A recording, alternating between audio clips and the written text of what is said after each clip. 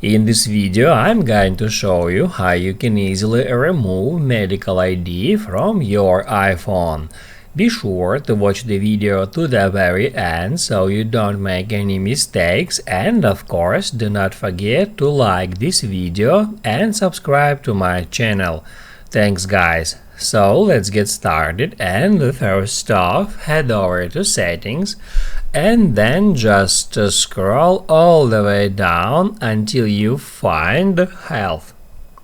Then tap at medical ID, and in order to remove medical ID, all you have to do is just hit on edit, then scroll down to the very bottom and tap at delete medical ID, and then delete medical ID again.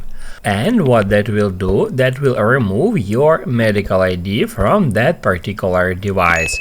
Now you can write down in the comments below if you have any questions about that tutorial, hit the like button if you like that video, and see you in the next one.